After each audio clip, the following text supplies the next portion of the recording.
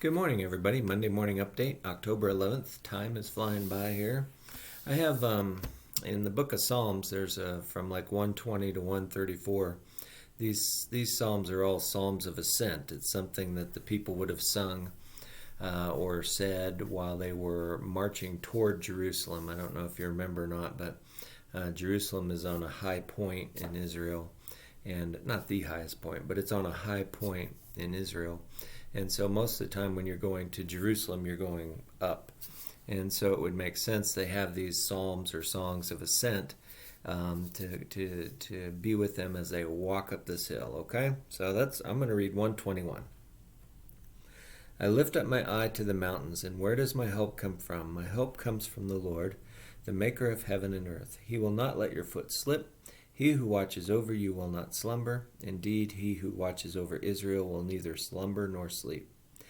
The Lord watches over you. The Lord is the shade at your right hand. The sun will not harm you by day, nor the moon by night. The Lord will keep you from all harm. He will watch over your life. The Lord will watch your coming and your going, both now and forevermore. So that's Psalm 121. And verse 3 is the one that always catches me. And you kind of have to know what a rocky, crazy terrain it is over in Israel. And I have this picture I wish I could show you, but it wouldn't look right. If I was more tech savvy right now, I'd pop in a picture of the ascent to Jerusalem from the Mount of Olives or something like that. And you could see it's a rocky path, and there's a lot of loose impediments and things like that. So when I hear verse 3, he will not let your foot slip, I can see that in my mind, the people as they carefully pick their path up the hill. And so picking a path not last night, that would be crazy. Yesterday afternoon after church, Teresa wanted to see the changing color of the leaves, so we drove up to San Isabel, and we got out, and Emma wanted to walk this one path that is a fairly steep path, and it has the loose rocks, and it has it's a steep path up to this kind of overlook that's really pretty. Looks over the lake, and it's a pretty little view. So I was like, crazy grandpa said, all right, let's go. And I think I was saying that 121st Psalm all the way up the hill as my feet kept sliding out from underneath me. And of course, Hunter, he had to go with us, even though now Emma's a mountain goat. I don't know if you understand this or not. So Emma just, and then here's Grandpa and Hunter behind, and I have Hunter by the one hand, and I'm just kind of there's only one way to do this: charge. And so I'm charging up the hill, and every once in a while you just feel, the weight goes really stiff on your arm, and you're just carrying up the hill at the point, and neither one of his feet are probably on the ground, but you're just, come on, we got to keep going.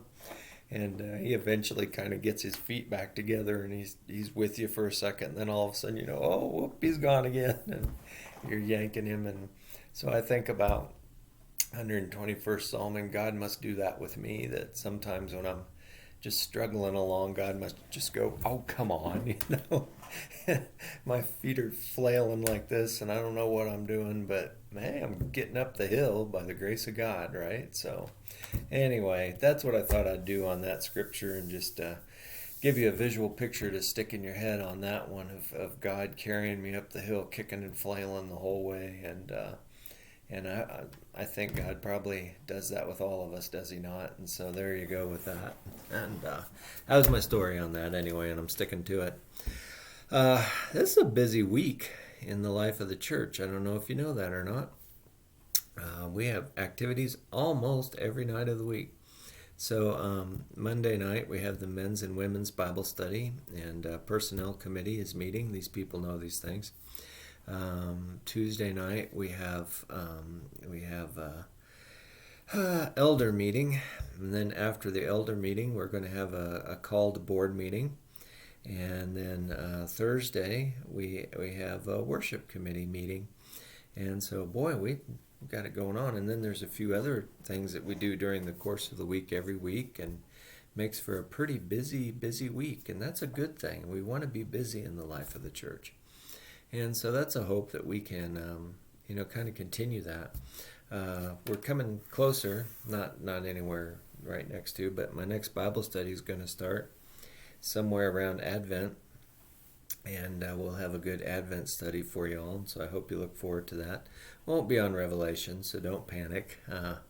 We'll be doing something else instead of Revelation, and so don't worry about that. So anyway, those are some of the things that are going on, and I want to keep in the back of your mind Izzy Martin. We're going to be doing that after church on the 24th, fundraiser event, and it's also going to be kind of I'm calling it the trunk or treat, but I know the ladies, they all met yesterday, and I don't have the details of that, but probably won't actually be a trunk or treat, but it'll be some kind of festival, celebrating the change of season along with, being with fundraiser for Izzy, and see how that all goes. Okay, so that's a lot, isn't it? That's keeping us all busy.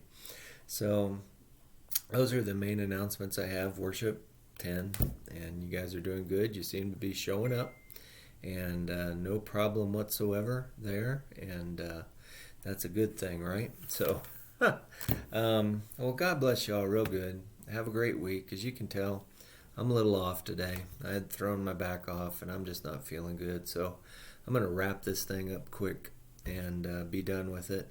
And I'll be back next week better than ever. So this week, God is He just keeps yanking me up by my feet up the hill. I really got no choice. No backsliding allowed, I guess, when you're with the Lord. All right. God bless you all. Have a great week.